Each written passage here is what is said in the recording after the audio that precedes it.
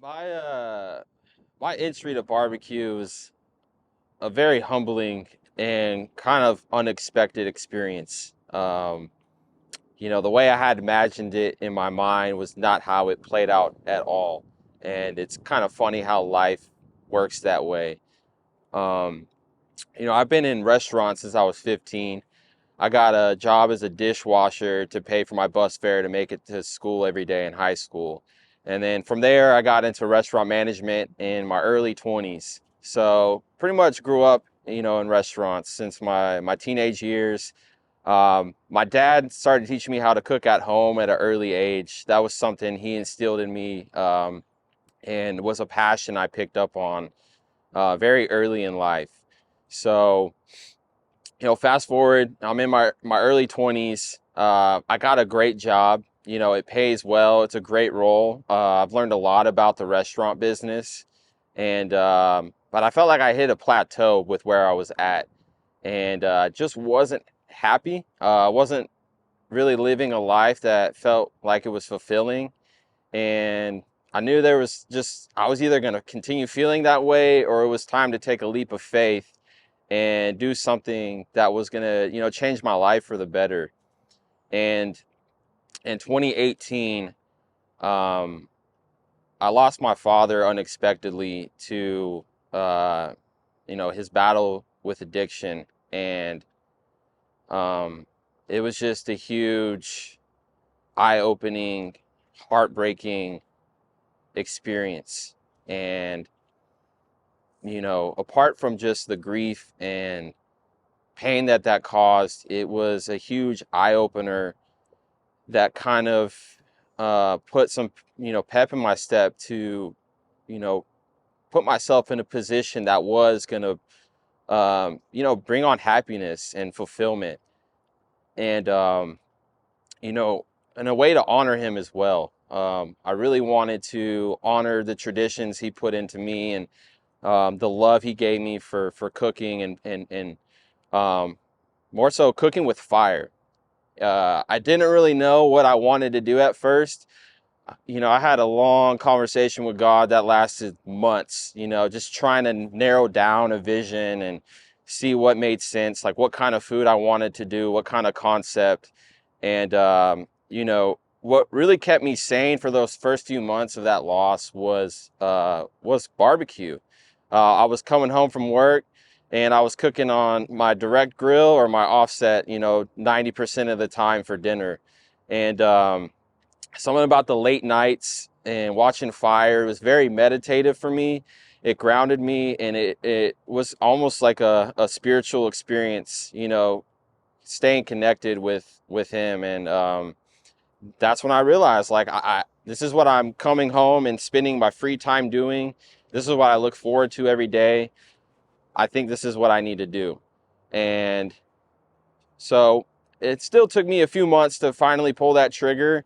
Um, I took a lot of time. I wanted to make sure that my family was, supported. At that time, my wife was pregnant with our second child. And so I kind of timed it out to where our child was born. I could take time off from work. I left my job. I spent, a few months at home, just being there for those experiences. My prior job with my firstborn, I had like 5 days and then it was like right back to work. And, that was something I regretted. Like I wanted to be able to be there more for my family. And, it allowed me time to really just have clear vision for what I wanted to do. So I pulled the trigger. I started Big Daddy Carne, and I allowed myself about 6 months to kind of have a startup plan, network, make some connections, where I was going to start popping up at. And I ended up landing a connection with Eighth Wonder Brewery at the end of that year. So into 2019, going into 2020, I started cooking barbecue wholesale for the Eatsy Boys food truck. And which was crazy because Eatsy Boys is like the big brother to Big Daddy Carne. Eighth Wonder's always been like one of my favorite places in the city to go to. Eatsy Boys is just like a Houston OG food truck. And it kind of helped me inspire you know, the name and the whole idea I wanted to do something that was fun and marketable, and you know, also tied in my love for hip hop, because before barbecue, hip hop had saved my life at, you know, earlier point in time. So I wanted something to represent all of that and be family focused. So beginning of 2020, start doing you know, the barbecue for their menu. Start talking about doing pop-ups in March. Their 7-year anniversary was coming up. I had a pit that was being built by Fat Stack Smokers at the time that was going to be ready around that same time. So that was going to be my first gig, was the 7-year anniversary. Supposed to be like thousands of people attending. I'm like, let's go. You know, everything's kind of working out. So I get a call from Fat Stacks about a month before that, saying that, you know, production was behind, pretty much your pit's not going to be ready. So I'm like scrambling, you know, scratching my head, like I've already, you know, been self-employed, but no income for 6 months. You know, I need to get things rolling. I got to find a way to cook for this event. Like I need some stream of revenue to start. And I found a Galindo smoker's pit down here in Manville, Texas. It was a 250 gallon, and I went and checked it out, fell in love with it. I was like, I can keep it or I can sell it later on, you know, once I get the Fat Stacks, or we'll just figure it out from there. So now I'm in the hole on 2 pits. And literally the day that I go and pick up my meat order for that event was the day that like everything shut down from COVID. I mean, I'm literally in the car, just filled up my coolers. Matt Marcus calls me from Eighth Wonder. Hey man, I don't know if you've watched the news, but event's not happening. And from that point on, you know, that was a 6-month stretch of just, you know, nothing was open, no activity was going on. I'm panicking, selling barbecue from my backyard, you know, doing pickups at my house. I'm driving all over the city, fulfilling orders, just any way I can get the brand out there, and you know, just keep going during, you know, a really scary time. And you know, it was kind of scary. At points I had lost, you know, faith. I felt like maybe I made a impulse decision. Maybe this wasn't the right move. And fast forward to August, you know, I get a call from Fat Stacks. Hey, your pit's ready. So I'm like, cool. I ask them what the shipping cost is. And this was like right when the freight lines got screwed because of COVID. And the cost was, I mean, insanely high. So I'm like, all right, well, I guess I'll see you in a couple days, because I'm driving out to LA. I'm going to come pick this thing up, because for a fourth of the price, I can have a little mini work vacation and, you know, get to travel the world. So my wife's pregnant at the time. So I get off the phone. I'm like, hey, I got to go to Los Angeles in like 2 days. And she's just looking at me like, what are you talking about? And I told her what the cost was for the shipping. She's like, yeah, you're going to Los Angeles. So I'm prepared to drive out there by myself. You know, I kind of put the word out to some friends that, hey, like I'm driving to LA. It's going to be about 4 or 5 day trip. If anyone wants to tag along, come on. So my buddy Jason and my buddy Marco hit me up, and they're willing to go for the ride. So, you know, it was an amazing trip. I remember we met at my house like 3 or 4 o'clock in the morning, and we leave just in time to get to Valentina's for breakfast. So go to Valentina's. The trip starts with a Real Deal Holyfield. I'm like, man, I got fuel for the rest of the day. Let's go. And about an hour outside of Austin is a town called Johnson City. Stop to get gas. Once I get gas, get back in the truck, crank it on, the battery's dead. So I had been so rushed to get going on this trip, and man, I was just full of so much like anxiety and excitement that I didn't pack any tools or even think to do an extra battery. So if anyone knows Johnson City, it's just this middle of nowhere town, very slow paced. You know, the nearest place I can get a battery is like a 20-mile walk to Walmart. There's only one auto shop in town. So we call this auto shop, and we end up waiting like 6 hours for this guy just sitting at this gas pump to get out there with a battery.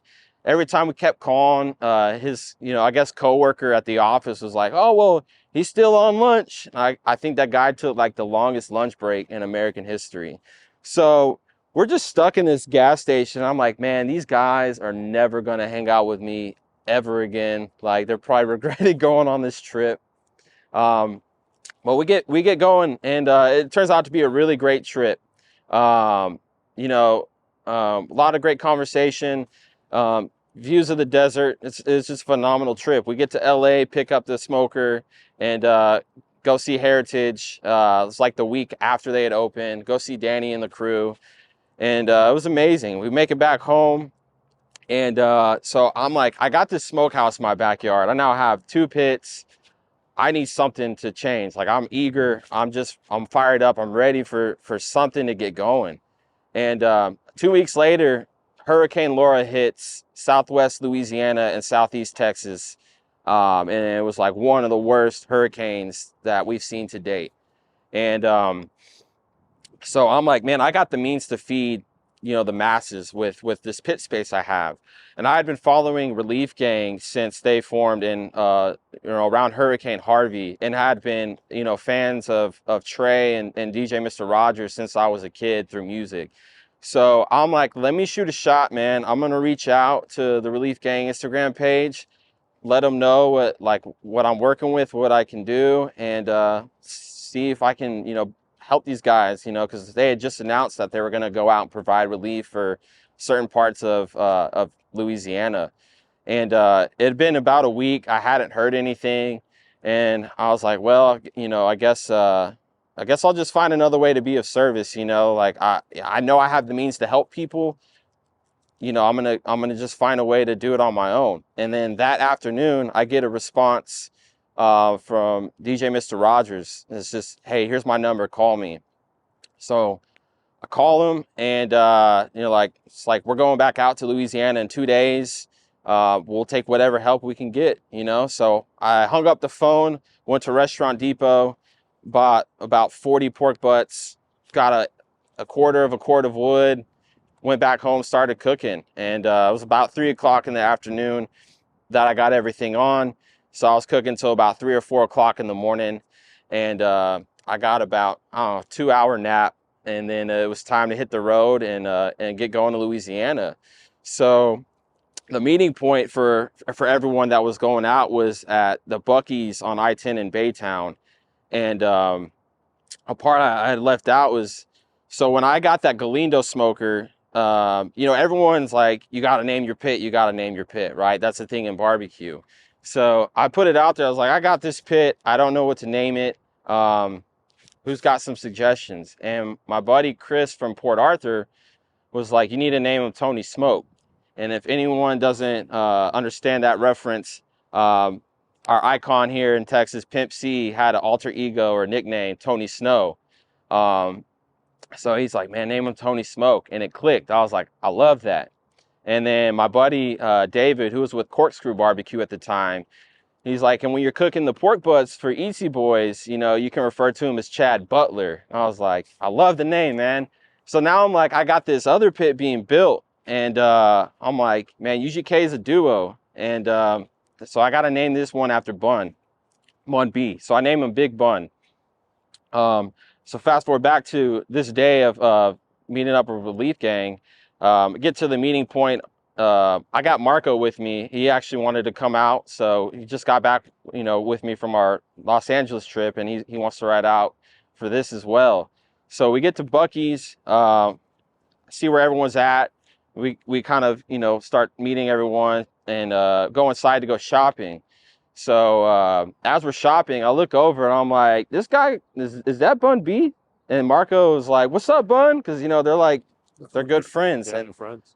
Turns out it's Bun B. And he's out there, to ride with the Relief Gang that day as well. And I just remember, being so sleep deprived and just so much adrenaline going on. I'm shaking. I'm like, is this real? Like, this is really happening?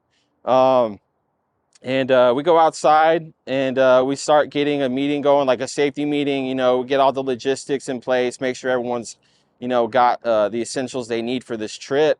and Marco's, standing there telling him about, our trip to LA, how I named the pit after him and all these things.